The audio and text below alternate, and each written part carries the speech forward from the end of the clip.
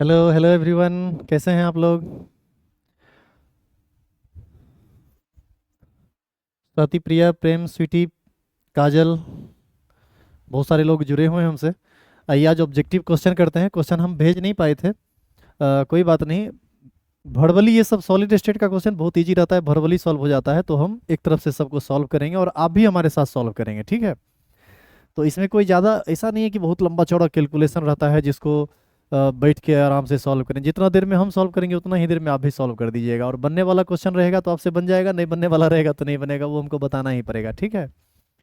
तो रेडी हैं आप? बताना शुरू करूं?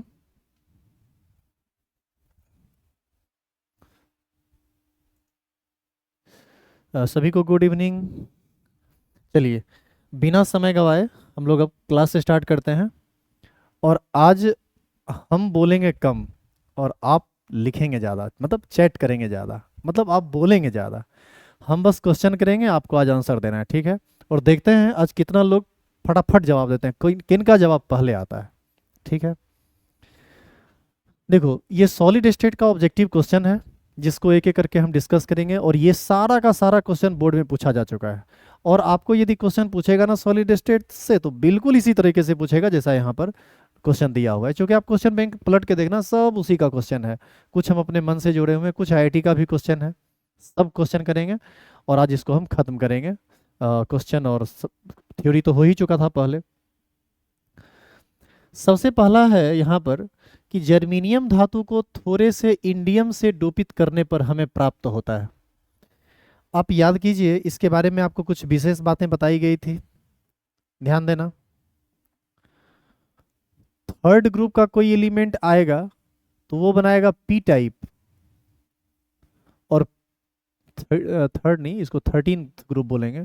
और 15th ग्रुप का कोई आएगा तो ये बनाएगा एन टाइप। तो आपसे क्वेश्चन कहता है कि जर्मीनियम धातु को थोड़े से इंडियम से डोपित करने पर आपको क्या प्राप्त होगा। इन इसका सही ऑप्शन बताइए तो क्या होगा। चलिए हम वेट करते हैं। आज हम आपका वेट काफ़ी ज़्यादा करेंगे, और उम्मीद है कि आप प्रॉपर तरीके से इसका आंसर करेंगे, जवाब देंगे। दिक्कत होगी तो हम आपको बताएंगे। चलिए, स्वीटी, प्रेम, प्रेम का आंसर बी सबसे पहले आया, फिर स्वीटी बी, स्वाति प्रिया बी। सभी लोग बी बोल रहे हैं तो डेफिनेटली बी ही आंसर होना चाहिए। देख लेते हैं एक बार। वैसे आपको याद दिला दूं, ये जो 13th ग्रुप एलिमेंट है इसको हम लोग कैसे याद रखते हैं? याद करो, बैगन, आलू, गाजर, इन, थैला, टीएल। अच्छा, इंडियम है। इंडियम जो है बाबू, इंडियम ये 13वां ग्रुप में आ गया ना।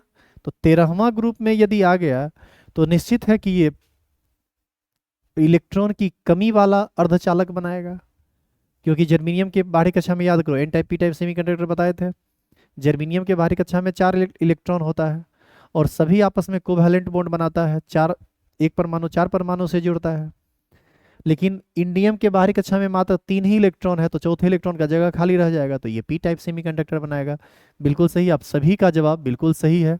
और अच्छा लगा कि आपको ये चीज़ आ रहा है। इसी तरह से आप आगे भी जवाब करेंगे, इस उम्मीद के साथ हम अगले क्वेश्चन पर चलते हैं। क्वेश्चन नंबर सेकंड है, यदि हम जर्मीनियम के क्रिस्टल जालक में पंच संयोजी अशुद्धि मिलाते हैं। पंच संयोजी अशुद्धि का मतलब जिसके बाहरी कक्षा में 5 इलेक्ट्रॉन हो, तो यह किस प्रकार के अर्धचालक का निर्माण करेगा? जल्दी बताइए तो इसका क्या जवाब होगा।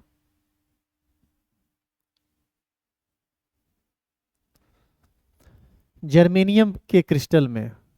हाँ, एक बार फिर से इसका जवाब बी होगा, और सभी लोग एक बार फिर से रिप्लाई कर रहे हैं। बिल्कुल सही। जर्मीनियम अर्धचालक बनाएगा, पंच संयोजी डालेंगे तो एक इलेक्ट्रॉन ज़्यादा हो जाएगा। एक इलेक्ट्रॉन ज़्यादा हो जाएगा तो वो इलेक्ट्रॉन धनी स्पेसीज वाला अर्धचालक होगा। तो ऐसी स्थिति में हम लोग उसको क्या बोलेंगे? एन प्रकार का अर्धचालक, एन टाइप। आगे क्वेश्चन है, तो ये 1 नंबर और 2 नंबर, हमको लगता है कि इस तरह के क्वेश्चन में अब कोई नहीं फंसेंगे। स्वाति प्रिया, आप ए नंबर बोल दिए हैं, इसमें तो गलत हो गया ना आपका ऑप्शन। जर्मीनियम है बाबू, और जर्मीनियम में आप डाल किसको रहे हैं? पंच संयोजी अशुद्धि। पंच संयोजी अशुद्धि का मतलब जर्मीनियम के बाहरी कक्षा में 4, और पंच संयोजी में तो 5 इलेक्ट्रॉन होगा, तो एक इलेक्ट्रॉन बच जाएगा ना जर्मीनियम के स्थान पर, यदि कोई 5 संयोजी वाला आएगा तो ये एन टाइप बनाएगा बाबू, ये पी टाइप नहीं बनाएगा, ये एन टाइप बनाएगा। तो 1 नंबर का होगा पी टाइप, लेकिन बी नंबर 2 नंबर का आंसर होगा एन टाइप, यानी सेकेंड ऑप्शन आपका सही है। ठीक है स्वाति, आपका ऑप्शन गलत हो गया था, पता चला कि क्यों गलत हो गया? चलिए ठीक है। अगला क्वेश्चन है, जब गलित जिंक को ठोस अवस्था तक ठंडा किया जाता है यह HCP संरचना प्राप्त करता है। मतलब जिंक को पिघला दीजिए और पिघलाने के बाद ठंडा कर दीजिए, तो ठंडा जब आप करोगे ना तो वो HCP संरचना प्राप्त करता है। HCP hexagonal closed packing structure बनाता है। तो आपसे क्वेश्चन पूछता है कि जिंक परमाणु के निकटतम पड़ोसियों की संख्या क्या होगी। इसका मतलब है बाबू आपसे कोऑर्डिनेशन नंबर पूछ रहा है। अच्छा, यहाँ पर लोग भयानक कंफ्यूज्ड होते हैं, मैं आपको बता दूं। एक HCP होता है 2 डायमेंशन में और एक HCP होता है 3 डायमेंशन में। HCP 2 डायमेंशन में कोऑर्डिनेशन नंबर 6 होता है और HCP 3 डायमेंशन में कोऑर्डिनेशन नंबर 12 होता है। तो आप एक बात हमेशा याद रखिएगा कि आपको क्वेश्चन हमेशा 3 डायमेंशन वाला HCP पूछा जाएगा, क्योंकि किसी भी ठोस की संरचना 2 डायमेंशन में हो ही नहीं सकती है। आ रही है बात समझ में? तो आप ये याद कीजिए, SCP स्क्वायर क्लोज्ड पैकिंग जिसमें कोऑर्डिनेशन नंबर 4 होता था, HCP में 6 होता था, वो 2 डायमेंशन था। आपसे क्वेश्चन 3 डायमेंशन में हमेशा पूछा जाएगा, तो इसका जवाब होगा 12। सही जवाब है इसका 12। HCP का कोऑर्डिनेशन नंबर 12 होता है। ठीक है, तो आपको इसमें इसका जो सही आंसर होगा ये 12 होगा, ये चीज ध्यान रखना, HCP का कोऑर्डिनेशन नंबर 12 होता है। ठीक है, चलो कोई बात नहीं, जिनका गलत हो रहा है टेंशन मत लीजिए, वीडियो देख लीजिएगा, वीडियो देख के आंसर हम बताते जा रहे हैं। चेक मार लेना आंसर और क्वेश्चन हम भेज देंगे, या फिर तुम यहाँ से बार बार वीडियो को देख के देख सकते हो कि क्या क्वेश्चन है, या इच्छा हो तो क्वेश्चन लिख लेना यहाँ से। अगला क्वेश्चन है 4 नंबर, किसमें HCP क्रिस्टल संरचना होती है। अभी तुरंत आप देखिए जिंक ठंडा होता है तो HCP में जाता है, तो इसका आंसर क्या होगा, जिंक। तो ये सब क्वेश्चन बाबू थोड़ा याद करने वाला है। जेडहेन जो है ना ये HCP संरचना बनाता है। क्वेश्चन नंबर 5 है, क्रिस्टल में संभावित आकाशीय जालक के कितने प्रकार होते हैं। एक बात याद करो, मूल एकक कोष्टिका की संख्या 7 थी और उस 7 एकक कोष्टिका में कुल परमाणुओं की व्यवस्था याद है 14 प्रकार का होता था, जिसको हम लोग ब्राभ्यास जालक या आकाशीय जालक कहते हैं। स्पेस लेटिस या ब्राभ्यास लेटिस उसको बोला जाता है। और आप याद कीजिए उसकी संख्या कुल 14 थी। तो यहाँ पर ये जो क्वेश्चन है, क्रिस्टल में संभावित आकाशीय जालक कितने प्रकार के होंगे, तो इसका सही ऑप्शन होगा 14, ये रहा डी नंबर, ये वाला। इसी में आपसे पूछता है कि क्रिस्टल में संभावित मूल एकक कोष्टिका कितनी होगी, तो आपका जवाब होता 7। तो हम क्वेश्चन नंबर 5 तक पहुंच चुके हैं। अब हम एक बार आपसे पूछना चाह रहे हैं कि बताइए क्वेश्चन नंबर 5 तक में किसी भी क्वेश्चन को रिपीट करने की जरूरत है। हम हर एक 5 क्वेश्चन पर एक स्टॉपेज लेंगे और आपसे बात करेंगे। आप यदि क्लियरेंस देंगे, हरी झंडी देंगे कि नहीं सर आप आगे बढ़िए, तभी हम आगे बढ़ेंगे। तो आप ये बताइए कि 1 से 5 तक के किसी भी क्वेश्चन में कोई प्रॉब्लम भी है, और यदि है तो वो कौन सा नंबर है जिसको दोबारा डिस्कस करने की जरूरत आप समझ रहे हैं, मैं उसे दोबारा डिस्कस कर दूंगा। Reply fast.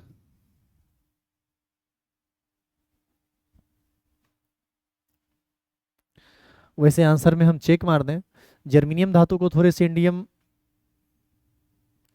ये होगा सेकेंड नंबर, ये भी होगा सेकेंड नंबर, ये होगा लास्ट ऑप्शन, इसका तो 14 लिखा हुआ है, इसका होगा जिंक। हम पांचों में चेक भी मार दिए हैं आपकी सुविधा के लिए। तो चलिए हम आगे बढ़ते हैं, अब आगे का क्वेश्चन करते हैं। ये सब क्वेश्चन ऐसा है ना, देखने मात्र से बन जाता है। ठीक है, अब देखो अगला क्वेश्चन है, क्रिस्टल एकक सेल की कौन सी बिंदुक त्रुटि संबंध ठोस के घनत्व को बदल देती है। आप याद कीजिए, आप एक दोष पढ़े थे शॉर्टकी डिफेक्ट और एक पढ़े थे फ्रेंकेल डिफेक्ट।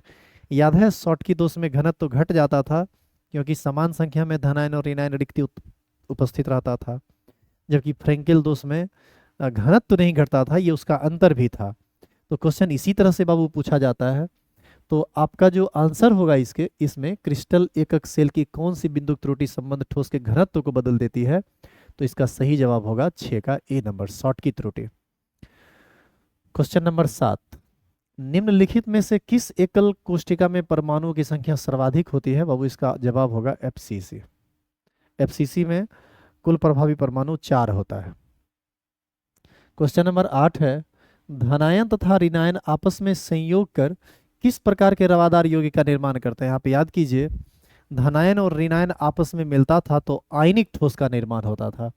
तो हम यहाँ पर जवाब लिखेंगे आयनिक ठोस। क्वेश्चन नंबर 9 है, वह पदार्थ जिसका शून्य केल्विन पर शून्य प्रतिरोध होता है। वो शून्य, किसी भी चीज का प्रतिरोध यदि शून्य हो तो वो अति सुचालक होता है, सुपर कंडक्टर होता है। तो इसका जवाब क्या होगा, अति सुचालक, 9 का बी। क्वेश्चन नंबर 10 है, निम्नलिखित में एनाइसोट्रॉपिक दर्शाता है। चलिए क्वेश्चन नंबर 10 का जवाब दीजिए, तो आप लोग जवाब दीजिए, तो क्वेश्चन नंबर 10 का क्या होगा। अच्छा, आप लोग जो ऑप्शन लिखते हैं ना, सी डी या कि समथिंग कुछ भी, तो आप ना क्वेश्चन नंबर के साथ उसका जवाब लिखिए, ठीक है। तो थोड़ा हमको समझने में अच्छा रहेगा कि आप किसका जवाब लिख रहे हैं, तो हमको भी थोड़ा पता चलेगा ना इससे। So please right your answer with question number.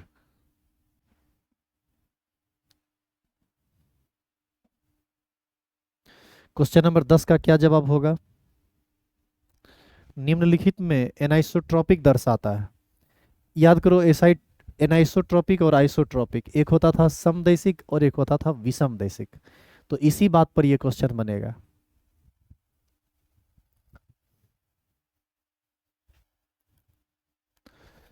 देखो, बेरियम क्लोराइड एक आयनिक ठोस है, ध्यान दो इधर। बेरियम क्लोराइड एक आयनिक ठोस है, और कोई भी आयनिक ठोस ना क्रिस्टलीय ठोस होता है, और कोई भी क्रिस्टलीय ठोस एनाइसोट्रॉपिक होता है। इसीलिए इसका जवाब होगा बी नंबर। कांच अक्रिस्टलीय ठोस है या आभासी ठोस, लकड़ी अक्रिस्टलीय ठोस है, पेपर अक्रिस्टलीय ठोस है। तो ये जो है ना बेरियम क्लोराइड, ये क्रिस्टलीय ठोस है, और इसीलिए इसका नेचर एनाइसोट्रॉपिक होगा। इसी को हम लोग हिंदी में बाबू विषमदैशिक कहते हैं, ठीक है। इसी को विषमदैशिक कहा जाता है। आप याद कीजिए, क्लास में पढ़ाए थे ना, अलग अलग दिशा में यदि गुण अलग अलग आ जाए तो उसी को हम लोग विषमदैशिक कहते हैं। तो इसका सही ऑप्शन होगा बी नंबर, यानी 10 का होगा बी नंबर सही।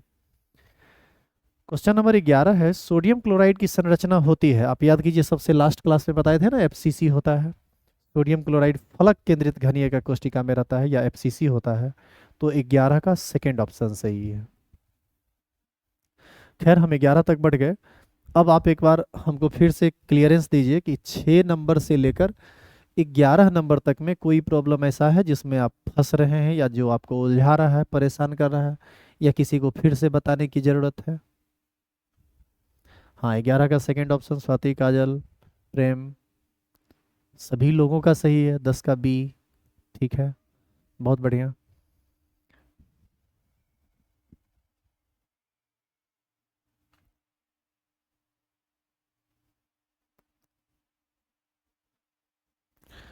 अब एक क्वेश्चन नंबर 12 है बाबू। क्वेश्चन नंबर 12 में ना थोड़ा सा एरर है।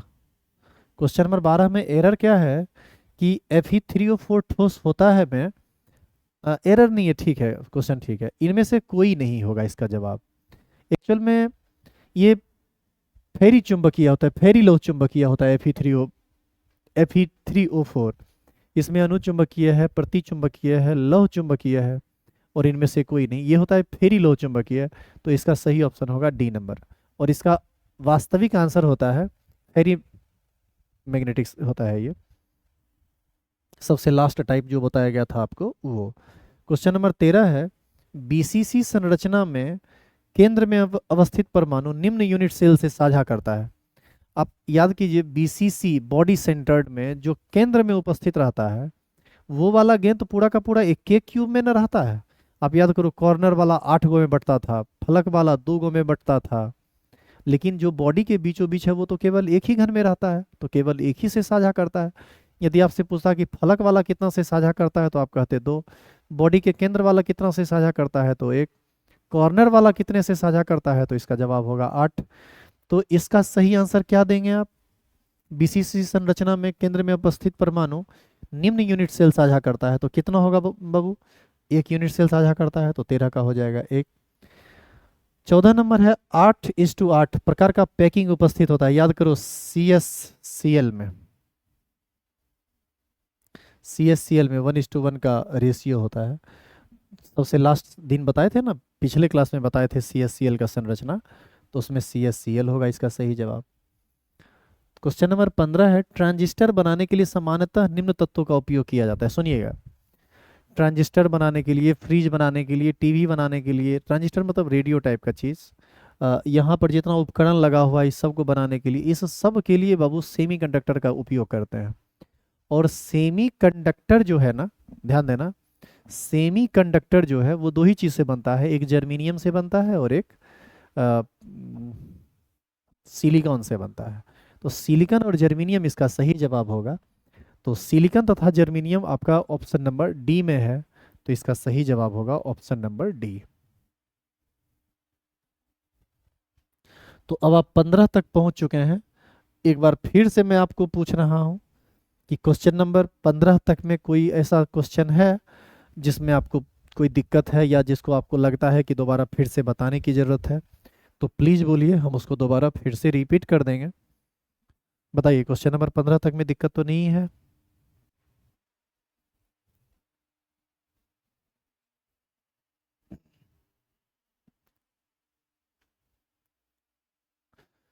काजल बोल रहे हैं सर क्वेश्चन नंबर 13। चलिए ठीक है, क्वेश्चन नंबर 13। क्वेश्चन नंबर 13 तो समझाए थे। देखो बाबू, क्वेश्चन कहता है कि बीसीसी संरचना में केंद्र में अवस्थित परमाणु निम्न यूनिट सेल से साझा करता है। आप याद कीजिए, बीसीसी में बॉल कहाँ कहाँ रहता था? बीसीसी में बॉल रहता था सभी कोना पर, याद है? बीसीसी में बॉल कहाँ कहाँ रहता था? सभी कोना पर। और एक रहता था बिल्कुल क्यूब के केंद्र में। तो क्यूब का केंद्र तो बीच में आएगा। तो ये जो गेंद बीच में आया तो ये तो पूरा का पूरा इक्के को घन में रह जाएगा ना। ये किसी अन्य घन के साथ तो ये बॉल साझा नहीं करेगा, ये बॉल साझा करेगा अन्य 8 घन के साथ। कॉर्नर वाला याद करो, 8 घन के साथ साझा करता है। काजल, हो सकता है कि आप ये क्लास लेट से ज्वाइन किए हो तो थोड़ा परेशानी आपको हो सकती है, लेकिन ये चीज़ याद रखना है कि बीच। अच्छा, ये बोल भी रहे हैं कि काजल क्लास नहीं किए थे। अच्छा कोई बात नहीं बाबू, क्लास नहीं किए थे तो आप टेंशन मत लो, इसका वीडियो रिकॉर्डिंग डाला हुआ है, तो आप सारे लेक्चर को आराम से देखिए तो आपको समझ में आ जाएगा। दूसरी बात यह है कि इस लेक्चर को समझने में थोड़ी बहुत परेशानी हो सकती है। सॉलिड स्टेट एक अटपटांग चैप्टर है, इसमें थोड़ी बहुत आपको परेशानी होगी। पेशेंस रख के आराम से समझने का प्रयास करना। आगे कुछ वीडियो हम दिखाए हैं 3 एनिमेटेड वीडियो, तो उस पर और आपको अच्छा से समझ में आएगा, ठीक है? तो इसका सही जवाब होगा 13 का ए नंबर, ठीक है? आइए अब अगला क्वेश्चन पर चलते हैं। यहाँ तक में किसी को कोई प्रॉब्लम तो नहीं है? अब देखो अगला क्वेश्चन है, क्वेश्चन नंबर 16। अनुचुंबकीय यौगिक में इलेक्ट्रॉन होते हैं। देखो, अनुचुंबकीय तत्व या अनुचुंबकीय जो पदार्थ होते हैं, यह ऐसे पदार्थ होते हैं जिसमें कम से कम एक इलेक्ट्रॉन अयुग्मित हो। इलेक्ट्रॉन अयुग्मित होगा तभी वो अनुचुंबकीय होगा। तो इसका सही जवाब होगा अयुग्मित, यानी 16 का जो सही ऑप्शन है, 16 का जो सही ऑप्शन है वो ऑप्शन नंबर होगा बी। अब देखो क्वेश्चन नंबर 17 कहता है कि 58.5 ग्राम NaCl में एकक कोशिका की संख्या कितनी होगी। अब ये क्वेश्चन तो थोड़ा सॉल्व करना पड़ेगा, देखना ध्यान से। का क्वेश्चन है आपका कि 58.5 ग्राम NaCl है। बाबू इसको यदि तुम मोल में बदलोगे ना तो इसका मॉलिक्यूलर वेट भी 58.5 होता है। तो ये हो जाएगा 58.5 बटा 58.5 बराबर 1 मोल। और 1 मोल में मॉलिक्यूल्स की संख्या कितनी होगी? 6.022 इंटू 10⁻23। यही नेवोगार्डो नंबर होता है, इतना मॉलिक्यूल। और आप याद करो NaCl के क्रिस्टल में 4 Na+ और 4 Cl- रहता है, यानी कुल मिलाकर मॉलिक्यूलर रेशियो 4:4 का होता है। और एक FCC को बनाने के लिए भी 4 परमाणु की जरूरत होती है। तो ऐसी स्थिति में इसको आपको 4 से भाग देना पड़ेगा, क्योंकि चूंकि एक FCC को बनाने में 4 मॉलिक्यूल भाग लेगा। तो इसका मतलब ये हुआ कि 4 मॉलिक्यूल से एक FCC बनेगा, और जानते हैं आपकी FCC संरचना बनाता है, तो एक से कितना बनेगा? 1/4 FCC। तो इतना से कितना बनेगा? तो ये हो मतलब 6.022 इंटू 10⁻23 से कितना बनेगा? तो इसका जवाब हो जाएगा 4 से 1 बनता है तो 1 से 1/4 बनेगा, तो इतना से कितना बनेगा? यानी इतना बटा 4। आप इसको 4 से भाग दीजिएगा तो लगभग 1.5 बार में ये कट जाएगा, यानी इसका आंसर हो जाएगा 1.5 इंटू 10⁻23। तो इसका सही ऑप्शन होगा 17 का 17 का सही ऑप्शन होगा ए नंबर। आगे क्वेश्चन है, जिंक की संरचना HCP होता है, जिंक के सबसे नजदीक कितने परमाणु हो गए? बाबू HCP है तो कोऑर्डिनेशन नंबर 12 याद रखना है। HCP FCC CCP सब का कोऑर्डिनेशन नंबर याद करो 12 होता है। SC का कोऑर्डिनेशन नंबर 6 होता है। BCC का कोऑर्डिनेशन नंबर 8 होता है। ठीक है। आगे है, शॉटकी दोष किसके जालक संरचना दोष को बताता है? शॉटकी दोष, फ्रेंकेल दोष, बाबू ये सब याद है, ठोस के दोष को बताता है। तो इसका ऑप्शन होगा डी, 19 का डी। तो इस फर्स्ट पेज में क्वेश्चन नंबर 1 से लेके 19 तक में किन्हीं को कोई प्रॉब्लम है? ये स्वाति प्रिया 12 नंबर लिखे हैं शायद, इसका मतलब है कि 12 नंबर में कुछ प्रॉब्लम है उनको। तो आइए एक बार 12 नंबर को देख लेते हैं। क्वेश्चन नंबर 12 है, Fe3O4 ठोस होता है? बाबू Fe3O4 जो होता है ना, ये फेरी लौह चुंबकीय होता है, जबकि इसमें ऑप्शन दिया हुआ है अनुचुंबकीय, प्रतिचुंबकीय, लौह चुंबकीय, जबकि होता है फेरी लौह चुंबकीय। इसीलिए इसका सही जवाब होगा इनमें से कोई नहीं। इसमें यदि कोई जवाब फेरी लौह चुंबकीय होता तो निश्चित रूप से उसका जवाब हम लिखते फेरी चुंबकीय। ठीक है। तो एक बार फिर से हमको रिपीट कर देंगे इस बात को कि 1 से लेकर 19 तक ये फर्स्ट पेज था इस असाइनमेंट का। इसमें आपको कोई दिक्कत है?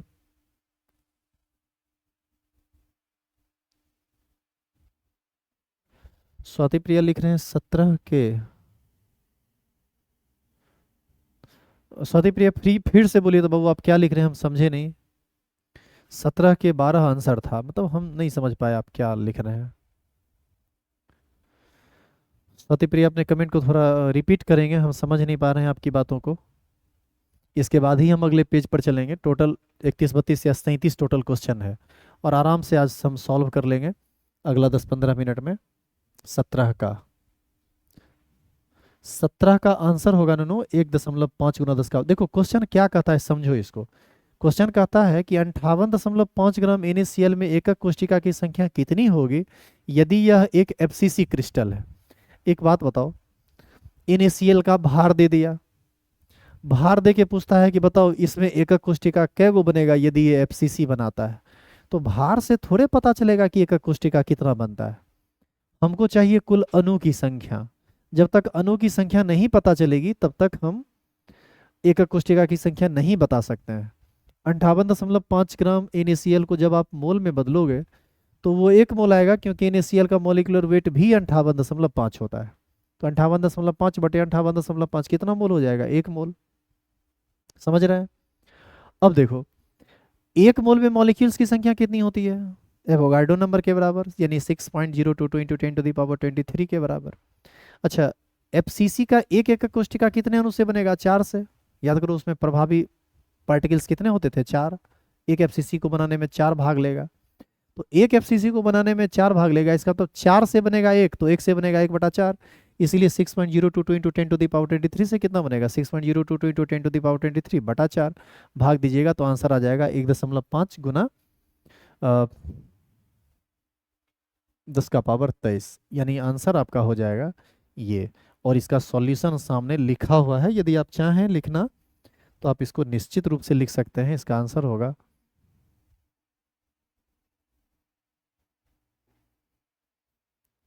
इसका आंसर होगा 1.5 इंटू 10⁻23, यानी 17 का ए नंबर ऑप्शन सही है। तो आप इसको देख सकते हैं, ऐसे ही बनेगा ये। तो मैं एक बार फिर से बता दूं, 17 का ए और एक 12 का होगा, इनमें से कोई नहीं।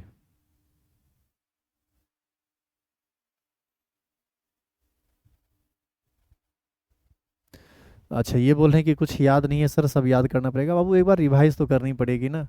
आप इन चीज़ों को बार बार रिवाइज कीजिएगा, और ये सब क्वेश्चन बहुत इंपॉर्टेंट है, तो आपको हर हाल में इसको मेंटेन करना ही पड़ेगा। ठीक है, तो थोड़ा मेहनत तो करना पड़ेगा। आइए अगला चीज़ पर चलते हैं। और टेंशन मत लो, ये सब रटा जाएगा। अरे इतना काम होगा ना, रटा जाएगा आपको। हम इसका PDF डाल देंगे टेलीग्राम चैनल पे, और ये आपके ऐप पर भी। आपका जब मन हो क्वेश्चन खोलिए, एक तरफ से बना लीजिए, और क्वेश्चन में अभी क्या करो, सिर्फ आंसर लिख लो। 1 का ए, 2 का बी, 3 का सी, जो लिखा रहे ना खाली आंसर लिख लो। हम इस क्वेश्चन को अभी तुरंत डाल देंगे आपके सॉलिड स्टेट वाले में, सबसे नीचे में।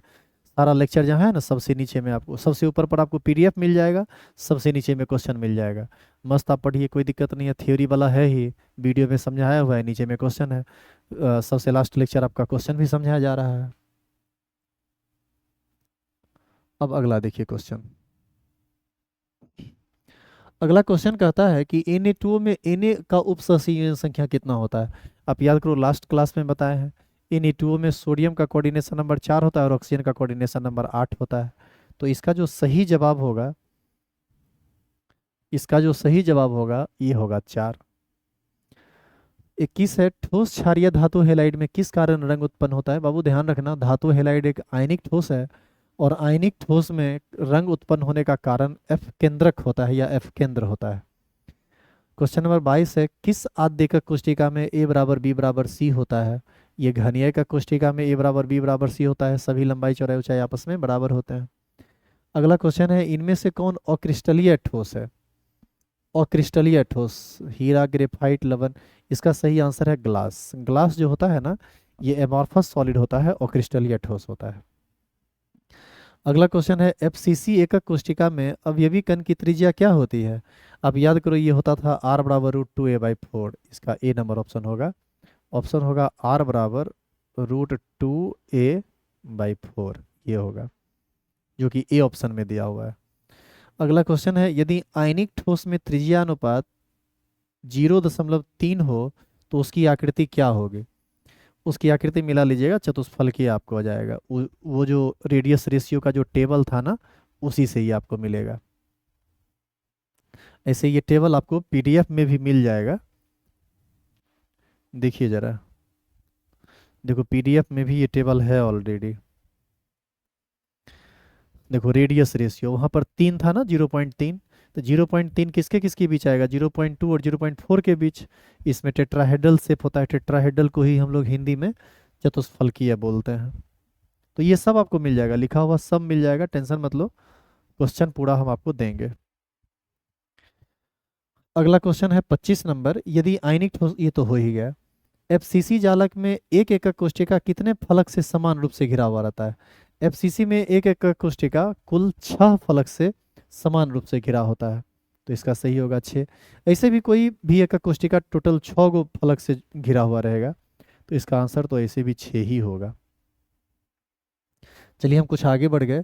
आप ये बताइए कि 20 से लेकर 26 तक में आपको लगता है कि किसी क्वेश्चन को रिपीट करने की ज़रूरत है। यदि आप ऐसा सोचते हैं तो प्लीज़ बताइए, हम दोबारा फिर से बता देंगे, ठीक है। और उम्मीद करते हैं कि आपका सुबह का क्लास कंटिन्यू चल रहा होगा और लगातार चलता रहेगा। सुबह में क्लास लाइव कम रहते हैं लोग, आप सभी से रिक्वेस्ट है कि सुबह में ज़रूर लाइव रहा कीजिए क्लास में, अन्यथा आपका बैकलॉग्स लगेगा तो दिक्कत होगी। नहीं तो हर दिन क्लास को पढ़ लीजिए सेम डे में, और यदि दिक्कत हो तो बताइए। हालांकि दिक्कत होने की संभावना बहुत कम है, क्लास में जब पढ़ाई होती है तो दिक्कत रहने की संभावना 0% रहती है। लेकिन फिर भी आपको यदि दिक्कत हो तो आप बात कर सकते हैं, ठीक है। क्योंकि क्लास में देखो, दिक्कत होने की संभावना 0% क्यों हम बोलते हैं, क्योंकि जो दिक्कत होती है वो अगल बगल से लोग पूछ ही लेते हैं, कोई ना कोई क्रॉस क्वेश्चन डाल ही देता है, तो ऑटोमेटिक वही सब प्रॉब्लम आपके मन में भी आता होगा। और दूसरी बात है कि सामने जब बच्चा बैठा हुआ होता है ना, तो पढ़ाने का पोटेंशियल और एनर्जी बहुत हाई होता है, तो उसका उसका रंग रूप ही अलग होता है। आप एक चीज़ देखते होंगे कि वहाँ जब पढ़ाते हैं रहते हैं, तब हमारा बोलचाल, पढ़ाने का तौर तरीका, और अभी जैसे पढ़ा रहे हैं वैसे में बोलने का तौर तरीका, ये सब डिफरेंट हो जाता है। एक्चुअल में हमको भी मन लगता है जब सामने आदमी होता है तब। तो यहाँ तो कैमरा है, कैमरा में ही हम आपको फील करते हैं, सामने से कोई रिप्लाई नहीं मिलता है, आपका चेहरा हम नहीं देख पाते हैं, आपका एक्सप्रेशन क्या है वो नहीं देख पाते हैं, आपको खिजला नहीं पाते हैं, आपको परेशान नहीं कर पाते हैं, तो हमको मज़ा नहीं आता है। और हमारा आदत है थोड़ा टोनते रहना, खास करके लड़की लोगों को थोड़ा ज़्यादा खिजला देते हैं, तंग कर देते हैं। इसलिए तंग कर देते हैं कि वो लोग आसानी से तंग हो भी जाती है, लड़का लोग नहीं खिजलाता है। तो ठीक है, थोड़ा टॉकिव नेचर के हैं, बात करना अच्छा लगता है, तो बस यही बात है, इसको कोई भी लोग अदरवाइज नहीं लेंगे। बहुत सारा बात है, बहुत सारे लोग को हम बोलते रहते हैं कि लड़की लोग का को दिमाग नहीं है, ये नहीं, ये सब कोई, ये इसमें कोई सच्चाई नहीं है। ये सिर्फ हम हंसने बोलने के लिए ऐसा करते हैं, क्लास के माहौल को बस बनाने के लिए ऐसा करते हैं, ठीक है। चलिए आइए क्वेश्चन नंबर आगे हम बढ़ते हैं। क्वेश्चन नंबर 26 तक हम बढ़ चुके हैं। अब हम देखेंगे क्वेश्चन नंबर 27। क्वेश्चन नंबर 27 है बाबू, अल्युमिनियम घनीय एकक कोष्ठिका में क्रिस्टलीकृत होता है जिसकी भुजा की लंबाई 4 एंगस्ट्राम है। यदि इसका घनत्व 2.4 ग्राम पर सीसी हो तो वह किस तरह के एकक कोष्ठिका का निर्माण करेगा। बाबू एक चीज सुन लो ध्यान से, ये जो क्वेश्चन आपको पूछा गया है ना 27 नंबर, जो कि ऑब्जेक्टिव फॉर्मेट लग रहा है, वास्तव में ये ऑब्जेक्टिव है ही नहीं, नहीं है ये ऑब्जेक्टिव, ये सब्जेक्टिव टाइप क्वेश्चन है। अब देखो क्वेश्चन क्या कह रहा है, इसको समझने के लिए आपको कुछ कैलकुलेशंस करने होंगे। बात अल्युमिनियम की हो रही है। अल्युमिनियम का बाबू एटॉमिक मास 27 होता है, याद करो इसी को हम लोग एम कहा करते थे। डेंसिटी दिया हुआ है 2.7 ग्राम पर सीसी। अच्छा ये कहता है घनीय का कोष्ठिका में क्रिस्टलीकृत होता है, लेकिन ये नहीं कहता है कि ये एससी में होता है, बीसीसी में होता है या एफसीसी में होता है। इसका मतलब है कि आपको एन का मान नहीं पता, यही पता करना है। अच्छा, घन के भुजा की लंबाई जिसको आप ए कहते हैं, ये दिया हुआ है 4 एंगस्ट्राम। देखो ये दिया हुआ है ग्राम पर सीसी में, ये एंगस्ट्राम में दिया हुआ है, तो काम नहीं चलेगा, इसको सीसी में बदलना पड़ेगा। एक एंगस्ट्राम में होता है 10 का पावर माइनस 8 सेंटीमीटर, तो 4 एंगस्ट्राम में कितना होगा, 4 गुना 10 का पावर माइनस 8 सेंटीमीटर। अच्छा इसमें और क्या दिया हुआ है देख लो आप, घनीय अल्युमिनियम घनीय का कोष्ठिका में क्रिस्टलीकृत होता है, भुजा की लंबाई, ये सब तो चलिए ठीक है, इतने से आपका आप काम चल जाएगा।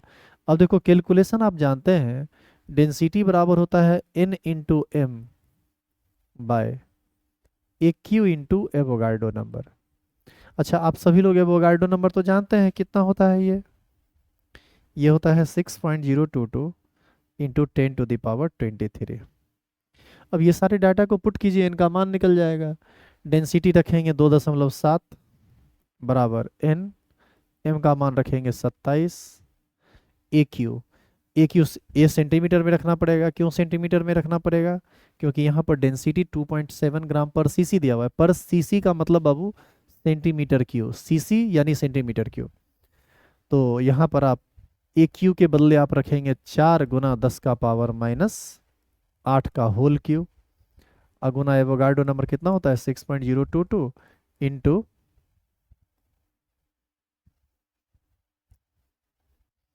10⁻23, ऐसा लिखेंगे।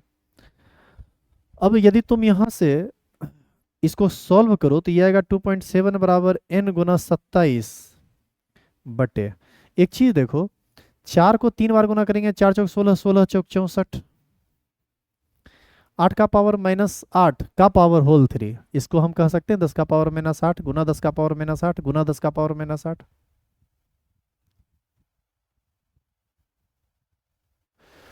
तो ऐसी स्थिति में हम इसको लिख सकते हैं 10 का पावर माइनस 24 गुना 6.022 इंटू 10 का पावर 23। अब देखो एक चीज, 10 का पावर माइनस 23, 10 का पावर 23, 10 का पावर माइनस 23 को खत्म कर देगा तो क्या बचेगा। अच्छा नीचे वाला सारा चीज इधर आके गुना में बदल जाएगा, तो ये हो जाएगा आपको कितना, देखो हम थोड़ा शॉर्टकट कर रहे हैं, ये हो जाएगा 2.7 गुना 64 गुना 6.022 तो होगा ही होगा, गुना 10 का पावर, देखो ध्यान से देखना, 10 का पावर माइनस 24, 10 का पावर 23, कट के 10 का पावर माइनस 1 बचेगा ना, तो यहाँ पर हम 10 का पावर माइनस 1 लिख सकते हैं। अच्छा 10 का पावर माइनस 1, चलो ठीक है 10 का पावर माइनस 1 रहने देते हैं। अच्छा बराबर n, अच्छा इसको देखो, ये जो 27 इधर गुना में है, इधर आके बटा में बदल जाएगा, तो इधर हम इसको लिख देते हैं 27, ठीक है। 10 का पावर माइनस 1 नीचे में जाएगा तो ये हो जाएगा 10 का पावर 1, इस तरह से, इसको हम हटा दिए। अब यहाँ से आप इसको ना सॉल्व कर दो, देखो इसको कैसे हम सॉल्व करते हैं, जिसको लिखना होगा लिख लेना बाद में, पहले आप समझ लो बढ़िया से थोड़ा इसको। देखो ये 10 बार में आपको कट जाएगा, ठीक है, ये हो जाएगा 5 दूनी 10, ये हो जाएगा 32 दूना 64, ये हो जाएगा 5 दूनी 10, ये हो जाएगा 16 दूना 32। अब देखो ये 16 छक 96, लगभग आपको n का मान आ जाएगा। पता नहीं हमको लग रहा है कि कहीं ना कुछ गलती हुआ है, कुछ कैलकुलेशन एरर टाइप का लग रहा है, कहीं ना कहीं तो गलती हुई है।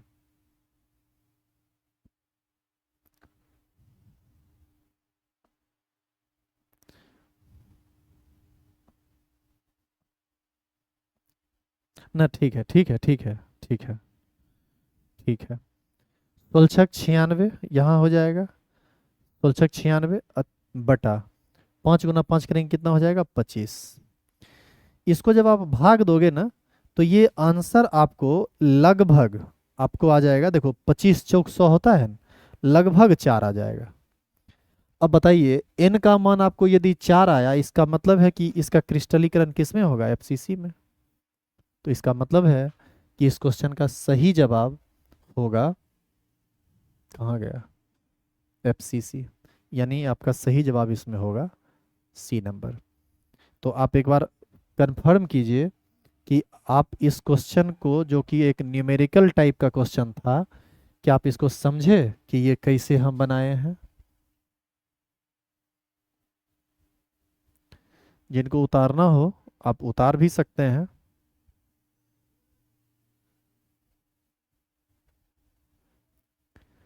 एक बार कंफर्म कीजिए आपको समझ में आया क्वेश्चन कैसे कैसे बनाए। यहाँ पर सारा कैलकुलेशन किया हुआ है। और दूसरी बात है कि इसके नीचे थोड़ा हम जैसे तैसे लिख दिए हैं। मेन है ये कैलकुलेशन, ये मेन है ये। इससे तुम बस n का मान निकाल लो, n का मान तुमको लगभग 4 आएगा। और n का मान 4 आया तो एफसीसी, यदि n का मान 1 आता तो एससी, n का मान 2 आता तो बीसीसी, और n का मान 4 आता तो एफसीसी। क्योंकि एससी में प्रभावी परमाणु 1 होता है, बीसीसी में प्रभावी परमाणु 2 होता है, और एफसीसी में प्रभावी परमाणु 4 होता है। तो आप इस कैलकुलेशन को आप एक बार देख लो। थोड़ा हार्ड कैलकुलेशन, हार्ड क्या रहेगा, है तो नॉर्मल ही। यदि आप साइंस के स्टूडेंट हैं तो आप इसको कर सकते हैं आराम से। एक बार कंफर्म कीजिए कोई दिक्कत तो नहीं है।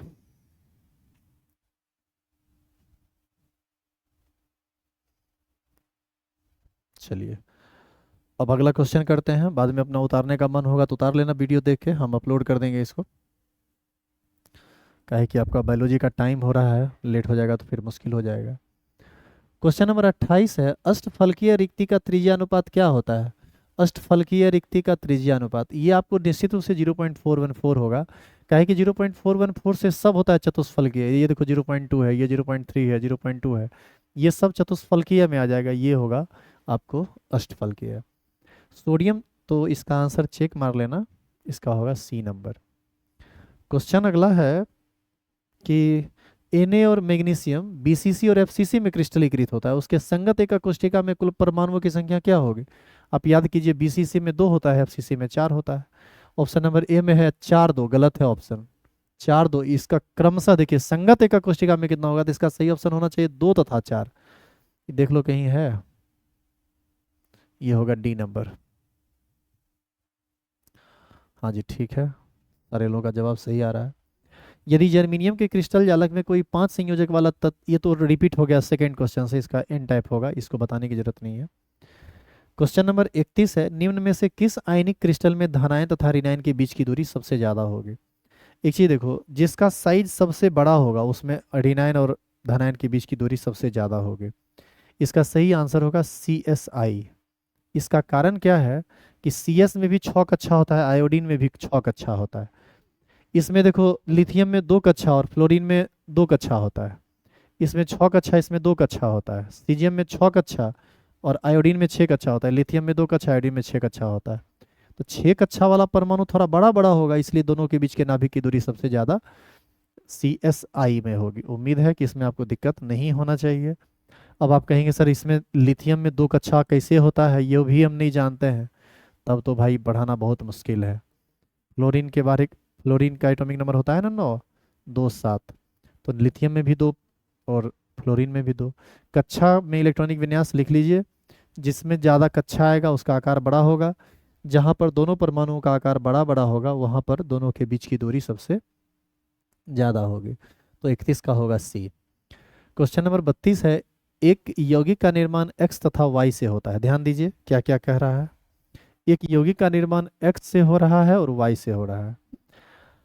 कहता है कि एक्स परमाणु सभी कोना पर उपस्थित है। एक्स परमाणु बाबू यदि सभी कोना पर उपस्थित है ना, तो एक घन में कट छट के मात्र इक्के गो एक्स आएगा।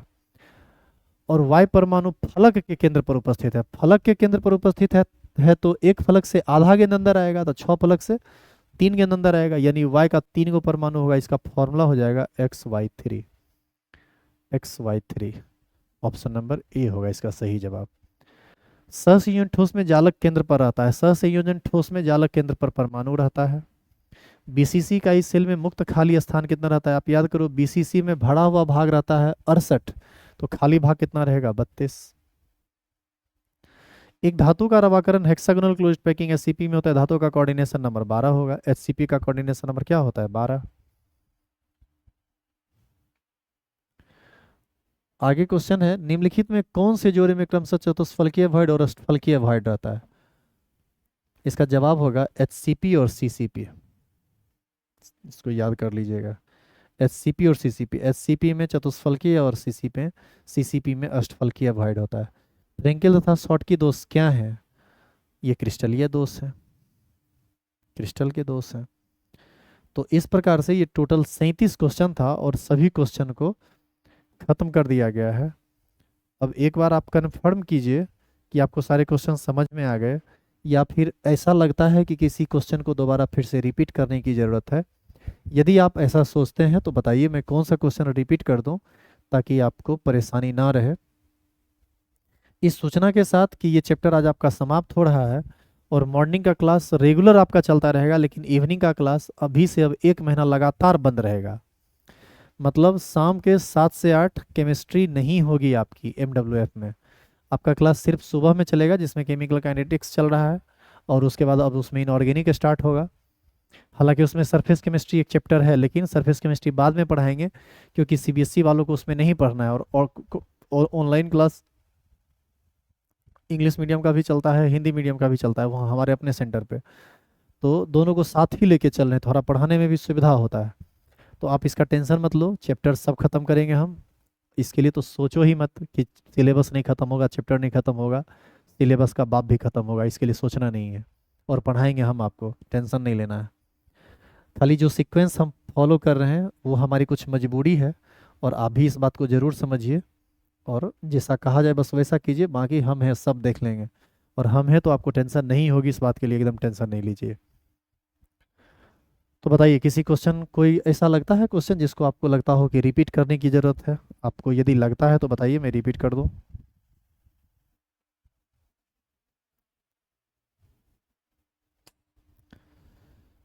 चलिए, यदि रिपीट करने की कोई ज़रूरत नहीं है तो आज का क्लास हम यहीं पर बंद कर रहे हैं, इस सूचना के साथ कि हम सुबह में हर दिन आपको मिलेंगे, लेकिन अभी शाम में 30 जून तक हम आपको नहीं मिलेंगे। उसके बाद हम इसका नोटिस डाल देंगे, तो फिर हम क्लास शुरू करेंगे। अच्छा, आपका शाम में जो क्लास 30 जून के बाद स्टार्ट होगा, तो जिस दिन स्टार्ट होगा उस दिन सॉल्यूशन चैप्टर स्टार्ट होगा। विलियन एक बड़ा चैप्टर है। उसके बाद इलेक्ट्रोकेमिस्ट्री हम लोग पढ़ेंगे। उसके बाद का चैप्टर आप ऑलरेडी पढ़ ही रहे हैं। अच्छा, वैसा होगा ना? नहीं, चलो ठीक है, ये शाम में 2 चैप्टर कर लेंगे। इस 2 चैप्टर को पढ़ने में 2-3 महीना लगेगा आपको। बड़ा बड़ा बड़ा चैप्टर है और बड़ा कंसेप्चुअल चैप्टर है। तो प्लीज़ 30 जून के बाद शाम में फिर हम रेगुलर होंगे, तब तक आप हमारा इंतज़ार करेंगे। और मॉर्निंग में क्लास रेगुलर चल रही है, चलते रहेगी, क्योंकि वो क्लास से लाइव होता है, तो उसके डिस्टरबेंस की कोई गुंजाइश ही नहीं है। तो बाकी काम हम देखते हैं। फिर मिलते हैं आपसे सुबह में। तब तक के लिए bye, good night, thank you.